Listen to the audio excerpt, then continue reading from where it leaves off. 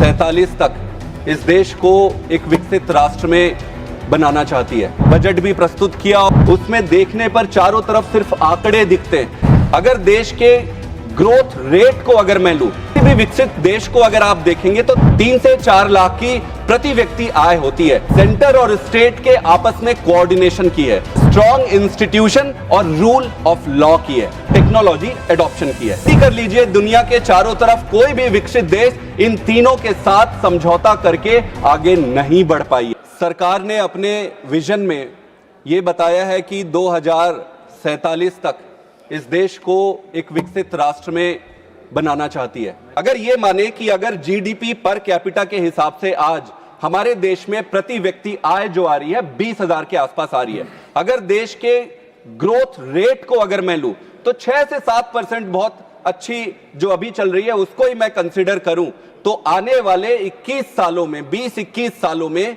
ये लगभग 60 से 70 हजार के आसपास हो जाएगी। अब ये देखें कि क्या ये 60 से 70 हजार रुपया हर व्यक्ति जो कमाएगा इस देश में, क्या वो विकसित राष्ट्र के कमाने वाले व्यक्ति के बराबर है? आप किसी भी विकसित देश को अगर आप देखेंगे तो 3 से 4 लाख, इंडियन करेंसी में कह रहा हूं, 3 से 4 लाख की प्रति व्यक्ति आय होती है। इसका सीधा मतलब यह है कि अगले 20-21 साल में हम काफी पीछे रहेंगे। इन चीजों को आप एड्रेस नहीं करोगे तो हम वहां नहीं पहुंच सकते जहां हमें जाना है। इन 3 चीजों में सबसे महत्वपूर्ण जो है वो सेंटर और स्टेट के आपस में कोऑर्डिनेशन की है, आपस में जो रिश्ते हैं वो है। दूसरा महत्वपूर्ण जो विषय है वो स्ट्रॉन्ग इंस्टीट्यूशन और रूल ऑफ लॉ की है, और तीसरा जो है टेक्नोलॉजी एडॉप्शन की है। इन तीनों को अगर समाहित किया जाए तो आप स्टडी कर लीजिए, दुनिया के चारों तरफ कोई भी विकसित देश इन तीनों के साथ समझौता करके आगे नहीं बढ़ पाई है। ऑनरेबल चेयरमैन सर, और ये स्ट्रक्चरल चीजें हैं, आइडियोलॉजिकल नहीं है, स्ट्रक्चरल है। इसका मतलब ये है कि सरकारें बदले, कोई भी सरकार आए, ये सारी चीजें सेम होनी चाहिए। आपके पॉलिटिकल, इलेक्टोरल पॉलिटिकल एम्बिशंस के कारण स्ट्रक्चरल चीजों पे कोई कॉम्प्रोमाइज नहीं होना चाहिए। Honourable chairman sir, centre state coordination की अगर मैं बात करूं तो आज देश में ये कोऑर्डिनेशन है वो बिल्कुल खत्म हो चुका है। हमारे देश की जो राजनीतिक एम्बिशंस है और इलेक्टोरल पॉलिटिक्स के जो कंपल्सन्स हैं वो देश में जो गवर्नेंस की प्राथमिकताएं हैं उसको compromise day to day basis पे कर रही है। जैसे फंड्स आप ले लीजिए, चाहे एडमिनिस्ट्रेटिव हर्डल्स ले लीजिए। अगर मैं फंड्स की बात कहूं तो मैं एक ही एग्जांपल देता हूं कि पंजाब के हिस्से का जो रूरल डेवलपमेंट फंड था वो रोक दिया गया, नेशनल हेल्थ मिशन के पैसे रोक दिए गए। टेक्निकल बातों को घुमा घुमा के उसको डिले करने से वो देश का ही नुकसान है। आप अगर देखें एडमिनिस्ट्रेटिव हर्डल्स की, एडमिनिस्ट्रेटिव हर्डल्स क्रिएट करके आप राज्य के विकास को रोक सकते हैं। ऑनरेबल चेयरमैन सर, एक सेंटर की जिम्मेदारी क्या होती है?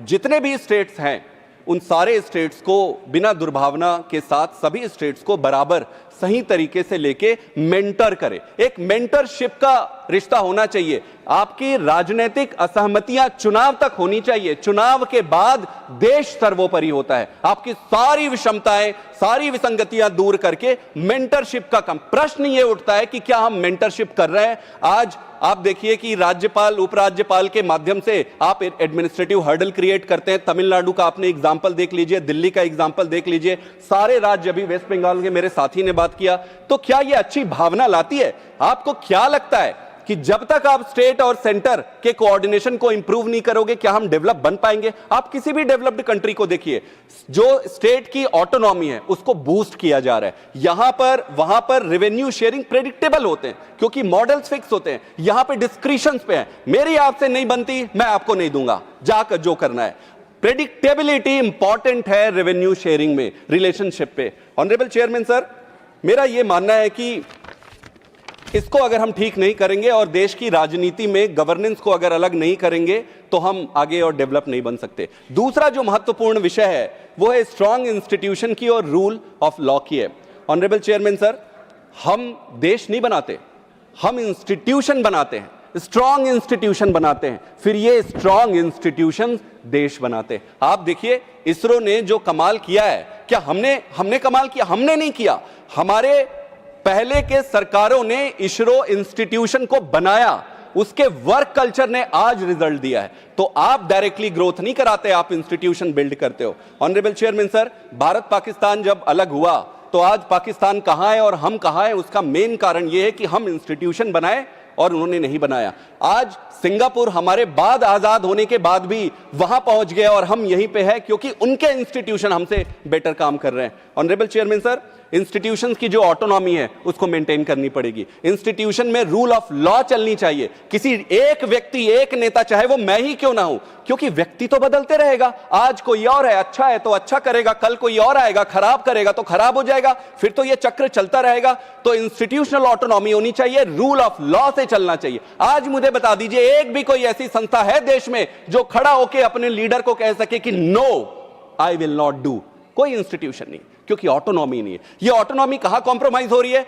उनके हेड के जो सिलेक्शन है वहां पे। जब तक उनके हेड्स के सिलेक्शन में न्यूट्रलिटी नहीं रहेगी तब तक आप एक न्यूट्रल और ऑटोनॉमी प्रोवाइड नहीं कर सकते। मिस यूज ऑफ इंस्टीट्यूशंस है, सारे इंस्टीट्यूशन ले लीजिए। अब ये परसेप्शन है या फैक्ट है, आपके सामने है। सीबीआई ले लीजिए, ईडी ले लीजिए, आप सीवीसी ले लीजिए, चीफ इलेक्शन कमीशन ले लीजिए।